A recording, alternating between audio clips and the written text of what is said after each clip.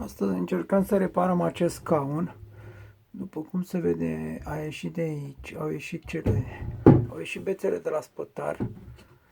Și vreau să încerc să le scot înainte să bag lipici și să le lipesc la loc. Dar să vedem dacă ies. Să încerc să le scot cu un ciocan. Easy! Easy, boys.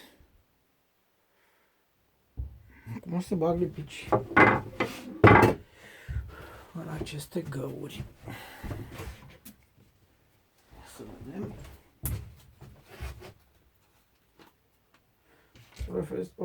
O să folosesc niște lipici de la moment pentru lemn.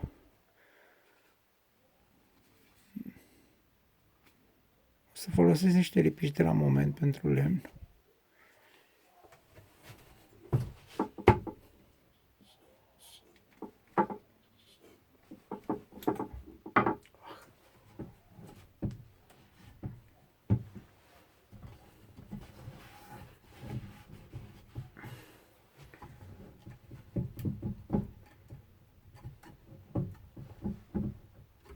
Ar trebui scoase de tot. Nu știu dacă reușesc să le scot. Pe unele reușesc. Să dăm mai asta jos.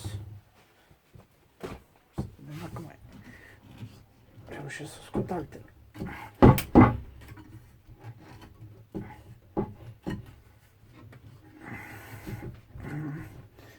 Doar ăla era problema. Și o să bag lipici acum.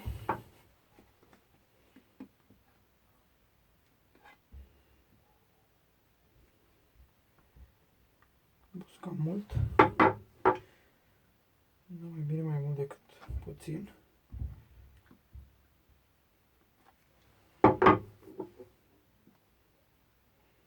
Niște scaune de la Ikea care probabil nu au destul de lipici.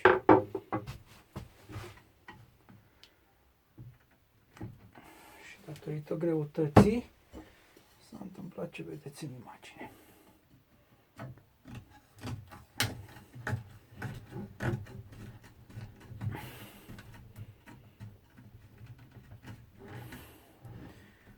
Ok.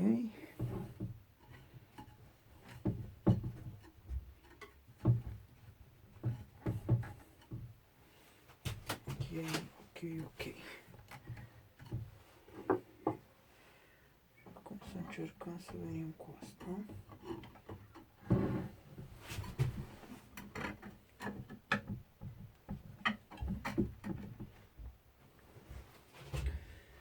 Să punem niște lipiși aici.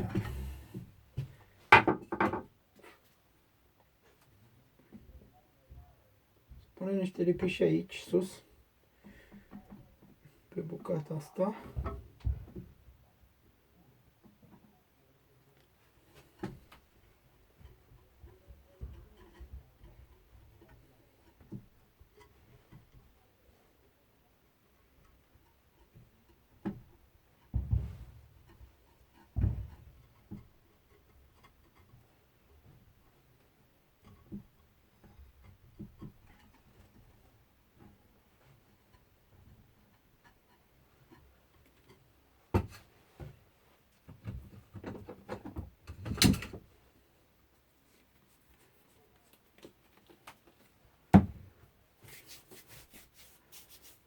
Ok.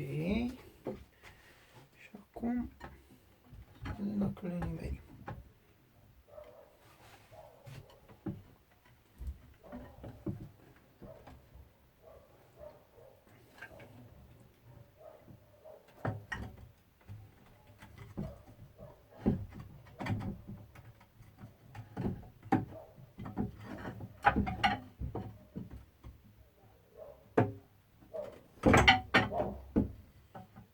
Greu, mă așteptam la asta.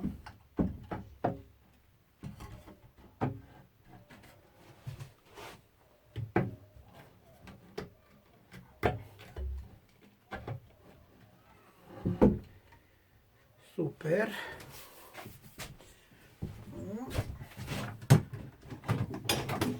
Cum mi-ar fi trebuit mai multe cleme din astea mari. Am doar încerc să fac din ea tot ce pot.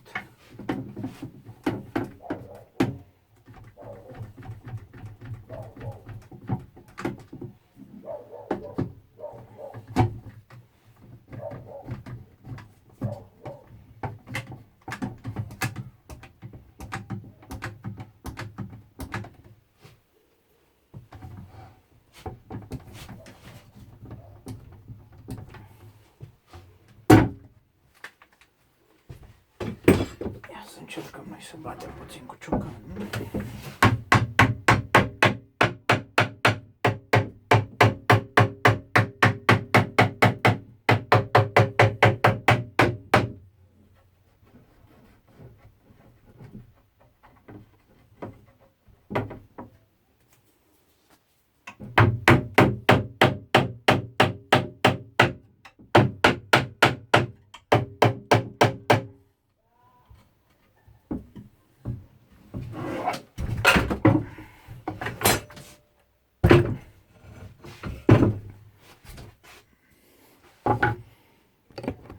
Să modificăm puțin camera.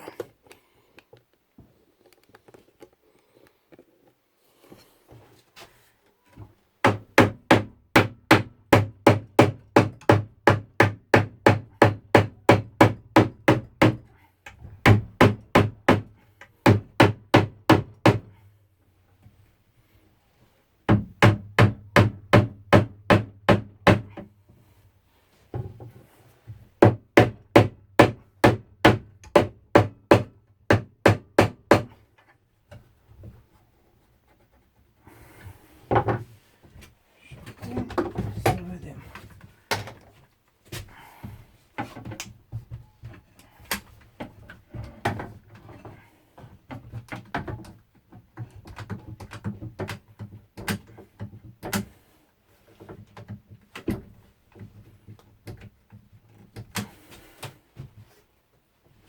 Ok.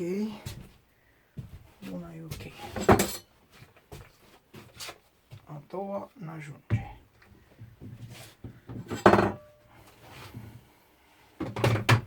Dacă n-ajunge, ce o țigăneală.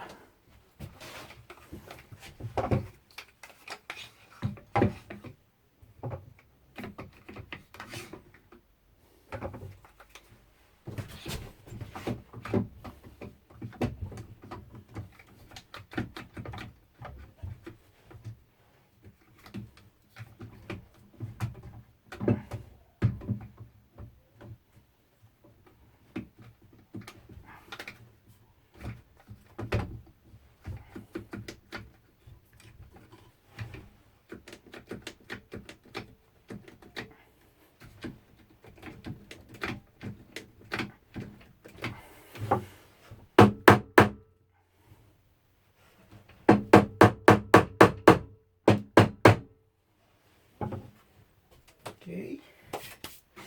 Și încă o țigăneală.